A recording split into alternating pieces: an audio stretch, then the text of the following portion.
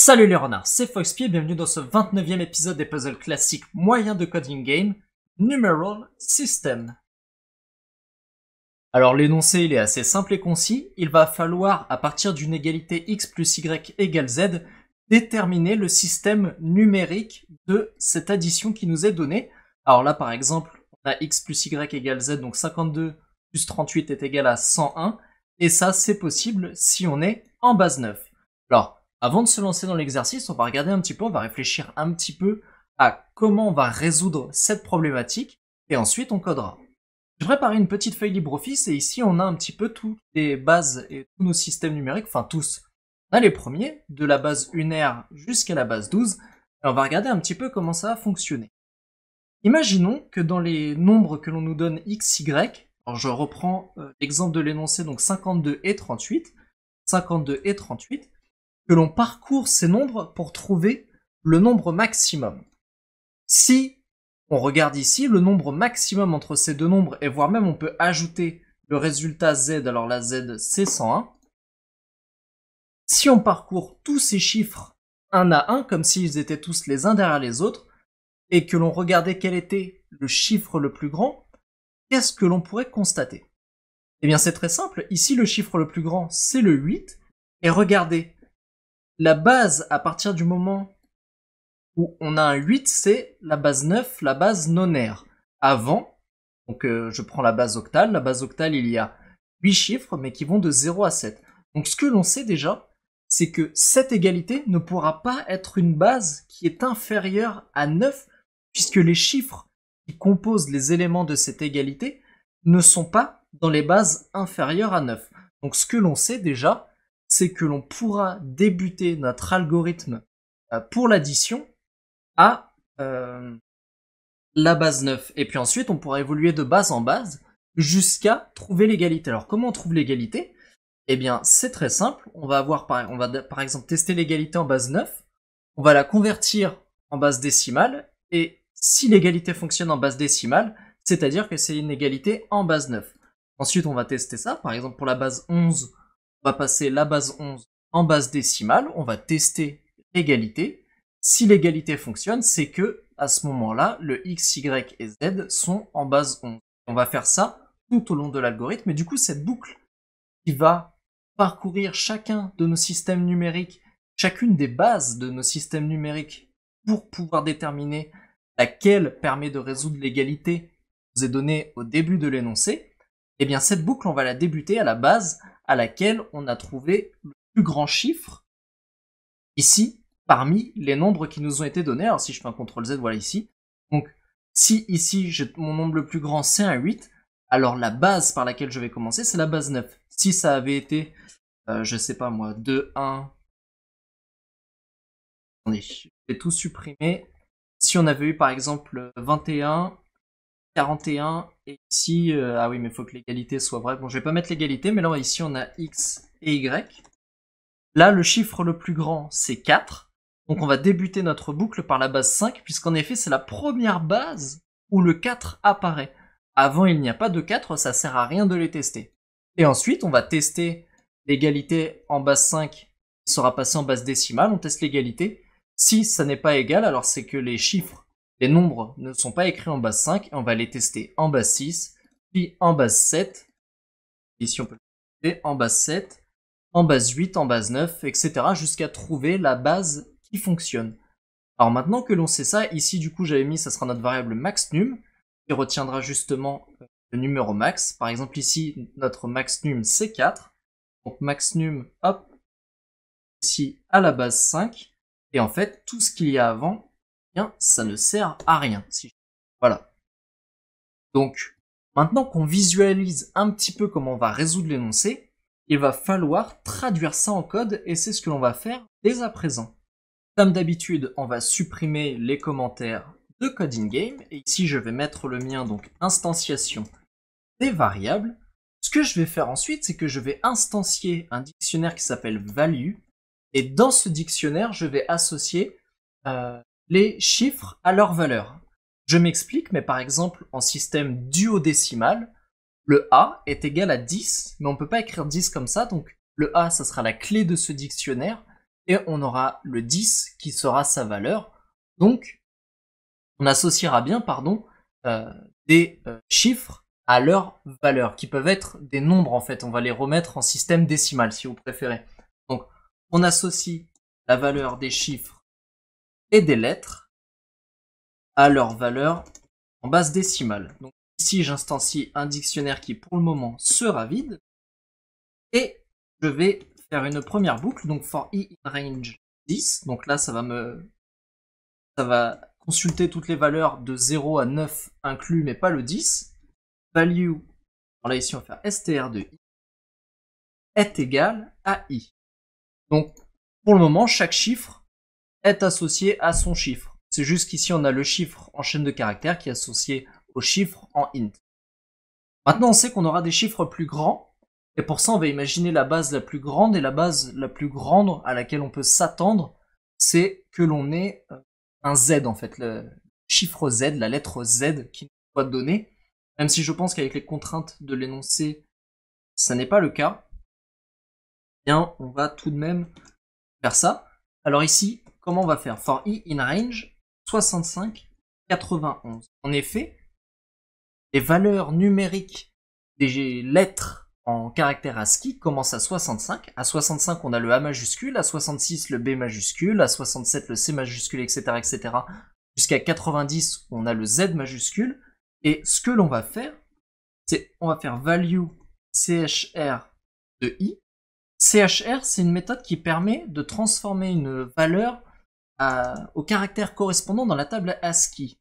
Et ici, je vais faire i moins 55. Donc regardez bien. On commence par 65, qui est le A majuscule. Donc là, 65 moins 55, ça fait 10. Et ici, on récupère la lettre avec la valeur de i. Donc CHR 65, ça va faire A majuscule. Donc on associe A majuscule à 10. Pour le B, ça fera la même chose. B, il a une valeur de 66. Donc quand i est égal à 66 ici, on aura 66 moins 55 est égal à 11. Et donc on aura dans notre dictionnaire la clé B majuscule qui sera associée au chiffre 11. Et on va faire ça jusqu'à Z. Donc notre dictionnaire va contenir les valeurs de 0 à 9, puis ensuite toutes les lettres de A à Z avec leurs valeurs en int associées. Maintenant que c'est fait, il nous reste d'autres variables instanciées, maxNum. Donc on l'a vu sur la feuille LibreOffice juste avant, ça va être le numéro maximal que l'on va trouver, enfin le chiffre maximal que l'on va trouver parmi les nombres x, y et z qui vont nous être donnés dans l'égalité. Alors ici on a égalité input, donc ça c'est donné par CodinGame. Ce que je vais faire sur cette égalité, c'est que je vais faire un split. Donc num1 et num2 est égal à equality.split plus. Alors ça va transformer cette chaîne de caractères en une liste, et ça va me dissocier les éléments en deux, tous ceux qui sont à gauche du plus, tous ceux qui sont à droite. Donc pour le moment, j'ai num1 qui est égal à x, et num2 qui est égal à y égale z. Ensuite, je vais faire num2 result est égal à num2 point split égale. Alors ici je m'explique, rappelez-vous, on avait num2 juste avant dans la liste qui était égal à y égale z. Donc là cette fois-ci c'est sur cette chaîne de caractères que je fais un split. Le num2.split égale, et on va se retrouver à gauche y qui va aller dans num2 et à droite z qui va aller dans result. Donc on a trois variables, num1, num2 et result, qui sont respectivement correspondantes à x, y et z. D'ailleurs j'aurais pu les appeler x, y, z, c'est vrai. Donc ensuite, la première étape est de récupérer le chiffre maximal parmi les nombres qui sont donnés. Alors, maxNum va alors être égal à max de liste num1 plus liste num2 plus liste result. Alors, je m'explique ici. Nous avons trois chaînes de caractères, num1, num2 et result, qui représentent un nombre dans une certaine base que l'on ne connaît pas. Je les transforme en listes, et quand on additionne des listes, en fait, tout simplement, la liste des éléments num2, en fait, vont aller à la fin de la liste num1 et ça va former qu'une seule liste. Et à la fin de cette liste-là, on ajoute la liste result. En fait, chaque élément d'une chaîne de caractères va être à une case de la liste. Et là, en gros, on a une seule grande liste. Et dans cette seule grande liste, je recherche la valeur maximum. Alors, ce qui est très intéressant, c'est que rechercher la valeur maximale, on peut avoir un B, on peut avoir un C. Par exemple, en système hexadécimal, ça va jusqu'à F. Et on peut avoir un E parmi ces chaînes de caractères. Et ce qui est très intéressant, c'est que justement, ces nombres dans la table ASCII sont supérieurs. C'est-à-dire que la valeur de A est de 65, la valeur de B est de 66. Si on trouve un B, comme B est plus grand, le max marche tout de même. Vu que là, ici, on part de chaînes de caractères pour aller vers des listes, mais chaque élément de ces listes seront des chaînes de caractères. Trouver le maximum, tout simplement, c'est trouver leur valeur maximale dans la table ASCII, ce qui fonctionne. On va pouvoir avoir notre système numérique, alors je vais l'appeler numeral, et numeral, ça sera la valeur de max num plus 1. Rappelez-vous, sur la feuille LibreOffice, si on avait trouvé par exemple comme valeur maximale 2, eh bien on n'aurait pas pu avoir le système binaire, donc un base 2, puisqu'il n'y a qu'un 0 et un 1, il n'y a pas de 2, donc on aurait dû commencer par le système ternaire. Donc si on trouve un 2, on commence au système qui est à la base 2 plus 1, donc le système qui est en base 3. Donc ici, c'est ce que l'on fait, et on récupère la valeur, parce que pourquoi on fait ça? Si notre valeur maximale ici avait été un A, on n'aurait pas pu trouver, mais comme on a instancié un dictionnaire value et associe aussi les lettres à leur valeur, ici, on peut avoir une valeur pour savoir par quel système numérique commencer, par quelle base commencer. Donc ici, je vais ajouter un petit commentaire. Tant qu'on n'a pas trouvé le bon système qui résout l'égalité, on continue en passant au système supérieur. En effet, donc pour ça, je vais avoir un booléen solved qui sera pour le moment égal à false. J'en profite en passant ici dans le print pour mettre la réponse, donc ce sera numeral, le système numérique auquel l'égalité correspond. Et on va faire notre boucle, donc while not solved, donc tant que ça n'est pas résolu, continue. Et on va continuer en faisant quoi? Eh bien, en incrémentant numeral de 1, puisque ce que l'on veut, c'est que si ça marche pas dans un système à une certaine base, on passe à la base supérieure pour tester l'égalité, etc., etc. Alors, avant toute chose, il faut récupérer quelques variables. Donc pour ça, je vais instancier une variable num, et elle sera égale à num2 si la longueur de num1 est inférieure à la longueur de num2, donc on parle bien des chaînes de caractères, sinon, ça sera num1. Et je vais avoir un autre nombre, donc lui, ça va être très simple, il sera égal à num1 si num est égal à num2, sinon, ça sera égal à num2. Alors je m'explique ici, on va passer nos nombres dans le système décimal. Passer nos nombres dans le système décimal, ça va se faire comment? On va partir dernier chiffre de nos nombres, par exemple ici on partirait du 8, et la base par laquelle on va commencer, c'est la base nonaire, donc la base 9, puisque le plus grand nombre ici c'est 8, on va commencer à la base du plus grand nombre plus 1, donc la base 9, et ce que l'on fait, c'est qu'on part de la fin d'un nombre, et on fait ce nombre, enfin ce chiffre, fois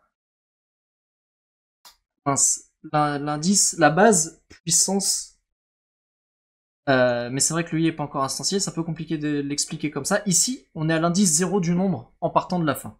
Considérez que ici c'est l'indice 0, ici c'est l'indice 1, etc., etc. On commence en base 9, donc on va faire 8 fois 9 puissance 0, donc ça fera 8 fois 1. Ensuite ici, à l'indice 1, ça fera 3 fois 9 puissance 1. Si ici on avait eu un autre chiffre, on aurait fait ce chiffre fois base 9, puissance 2, etc., etc. Mais qu'est-ce qui va se passer si on a un nombre qui est plus grand que l'autre? Eh bah, on va pouvoir se balader sur l'indice d'un de ces nombres, mais pas pour l'autre nombre, puisque lui, il est terminé. Eh bien, c'est ce que je vais vérifier ici. En fait, je vais essayer de trouver quel est le nombre qui est le plus grand en termes longueur, en termes de nombre de caractères, et j'associe à overnum l'autre nombre, donc celui qui a moins de caractères. Et comme ça, je vais commencer par additionner en faisant la conversion ici dans le système décimal, et puis quand je vais arriver au moment où mon nombre en fait, a encore des chiffres qu'il faut étudier, mais pas l'autre nombre, à ce moment-là, je vais adapter mon algorithme pour qu'il fasse autre chose. Donc c'est ce qu'on va voir dès maintenant.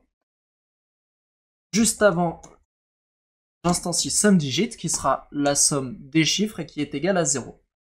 Donc là, on calcule la somme des deux nombres en partant d'un système numérique hypothétique vers le système décimal. Alors, for e digit in enumerate, et là je vais faire num, puisque c'est mon plus grand nombre, double point, moins 1. Cette écriture signifie que j'inverse ma chaîne de caractères, je vais donc partir de la fin pour aller vers le début. Ici, ça sera un chiffre, et digit, ça sera justement l'élément qui est ici dans num. Alors, si i est inférieur à length de overnum, donc autrement dit, si notre autre numéro, il lui reste encore des chiffres à étudier, eh bien, on va calculer la position de overnum, et ça sera égal à length de overnum moins i moins 1. En effet, regardez ici, je vais parcourir num à l'envers. I va commencer par être égal à 0. Sauf que ici, j'ai l'indice pour mon chiffre actuel, enfin j'ai mon chiffre actuel ici dans digit, mais je ne l'ai pas pour l'autre num. Donc ce que je vais faire, c'est que je vais calculer sa position. Et sa position, ça sera quoi? Ça sera sa longueur, moins i, moins 1. Donc s'il avait une longueur comme ici de 2, vous voyez ici 38 a une longueur de 2, eh bien on ferait length de overnum moins i. I à la première boucle, il vaut 0, donc ça ferait 2 moins 0, donc ça ferait 2, moins 1, ça fait 1. Et là, regardez bien, on a ici l'indice 0, on a ici l'indice 1. Alors c'est l'inverse de tout à l'heure, hein, ne confondez pas, là c'est juste pour le récupérer dans la chaîne de caractères. Et dans la chaîne de caractères, le 8 est bel et bien l'indice 1. Position de overnum, ici, sera bonne. On va pouvoir récupérer le dernier chiffre. Et ici, quand i est égal à 0, digit sera égal à 2. Donc position de overnum est égale à length de overnum moins i moins 1. Et on va calculer SumDigit plus égal, et ça sera value de digit plus value de overnum. Et ici, mettre autre chose, position de overnum. Alors, juste ici, ça c'est à l'intérieur, ici. Et tout ça, on va le multiplier par numeral puissance i. Alors, j'explique ici. Donc, on va récupérer ici dans SumDigit, donc une somme décimale, la somme de tous nos chiffres. C'est-à-dire qu'ici, on va faire 8, enfin, on va faire 8 plus 2 mais converti en système décimal. On va faire 3 plus 5 converti en système décimal. Et pour ça, on va aller chercher leur valeur dans notre dictionnaire. Donc ici, 8, bah, ça donnera bien 8. Et puis ici, on va aller chercher overnum, c'est mon autre chaîne de caractères. Et l'élément à la position overnum. Donc ici, si position de overnum vaut 1, alors on va récupérer le 8. Et digit vaut 2, donc on va faire 2 plus 8 fois le système numérique hypothétique. Donc on a dit qu'on allait commencer en base 9, puisque 8 était le chiffre le plus grand. Puissance i, donc puissance 0. Au premier chiffre, on avait vu qu'on faisait un puissance 0. Donc ici, ça fera 1. Donc on va multiplier tout ça par 1. Et on va l'ajouter à SumDigit. Sinon, ça veut dire que i est devenu plus grand que la longueur de overnum. C'est-à-dire que là, on est sur les chiffres du nombre le plus grand qui sont à une position qui n'existe pas dans l'autre nombre. Et donc, on peut tout simplement ajouter à SumDigit ces nombres. Donc, ça sera SumDigit plus égal value digit fois numeral puissance i. Et voilà. Donc là, on a calculé la somme des deux nombres et on les a convertis en système décimal. Ce que l'on va faire maintenant, c'est que on calcule le résultat en système décimal, donc ce qu'il y a dans la variable result ou dans l'énoncé notre z. Pour ça, on va reprendre le même procédé for e digit in enumerate result. Et là, on va repartir de la fin. Et en partant de la fin, on va refaire le même calcul, donc decimal result plus égal, et on va avoir value de digit fois numeral puissance i. Donc, regardez ici.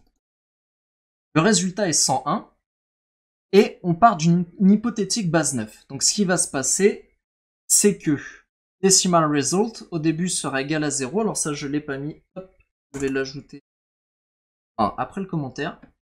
Decimal result égale 0. Donc ici, je pars de la fin. Regardez bien, on a les crochets double point, moins 1. Donc l'écriture qui dit qu'on part de la fin de la chaîne de caractères. Donc je suis sur le 1. I vaut 0, digit vaut 1. Et là, decimal result, on va ajouter value de digit. Donc value de digit, ça fera 1. Fois la base puissance 0. Donc fois 9 puissance 0. Donc fois 1. Donc ça fera 1 en système décimal. Ensuite, on fera 0 fois, dans value aussi, le 0, bah, ça restera 0, fois numeral puissance i, mais là, peu importe la valeur de numeral puissance i, on a un 0, donc ça restera 0. Et enfin, ici, on a un 1, donc ça fera 1 fois numeral puissance i, donc la base 9 puissance i, et i vaut 2 maintenant. Donc on aura 9 puissance 2, 81, et ça fera 1 fois 81, et on va l'ajouter à decimal result. Et donc là, on va pouvoir tester notre égalité. Donc si sum digit est égal à decimal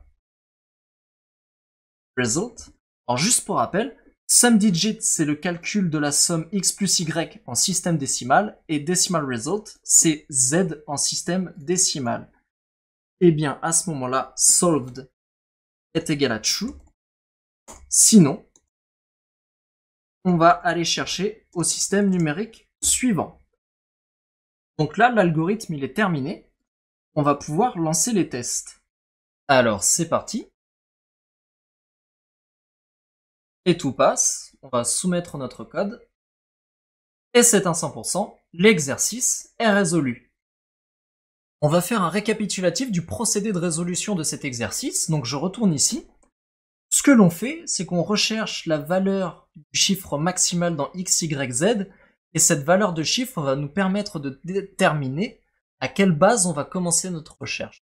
Si, comme dans l'exemple, on trouve un 8, on sait qu'on va devoir commencer à la base nonaire. Si on avait trouvé un 3, on sait qu'on aurait dû commencer en base 4, donc en base quaternaire, etc., etc.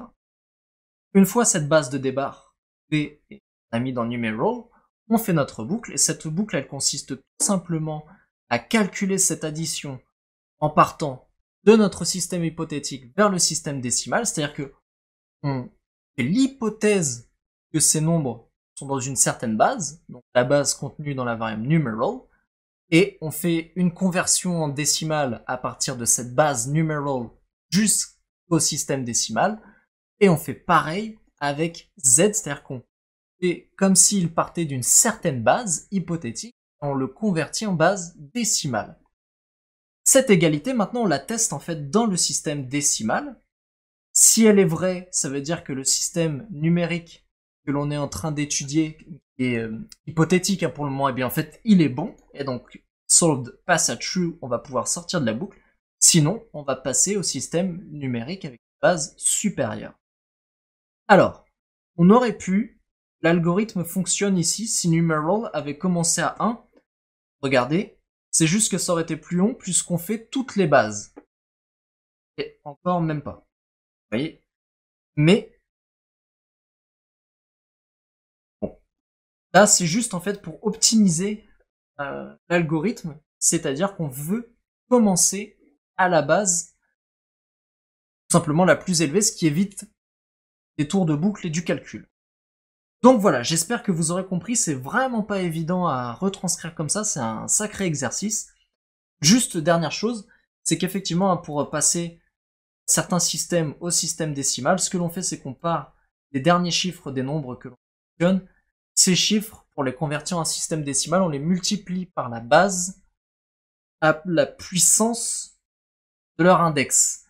Si on part de la fin et qu'on considère que la fin c'est à l'index 0, et bien, et que notre base elle est en base 8, et on fera le dernier chiffre fois 8 puissance 0, l'avant-dernier chiffre fois 8 puissance 1, l'avant-avant-dernier chiffre fois 8 puissance 2, etc., etc. Si on était parti d'une base 16, on aurait fait pareil, on aurait fait ici le dernier chiffre fois 16 puissance 0, puis l'avant-dernier chiffre fois 16 puissance 1, etc., etc., et on aurait opéré à l'addition.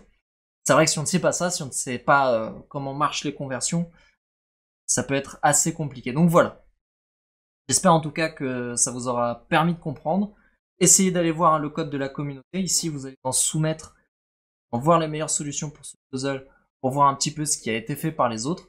Et je vous dis à très bientôt. Merci à toutes et à tous d'avoir suivi ce 29e épisode des puzzles classiques moyens de Code in Game. Si cet épisode vous a plu, n'hésitez pas à le liker et éventuellement à le partager. Vous pouvez me mettre un petit commentaire si vous avez des retours à me faire.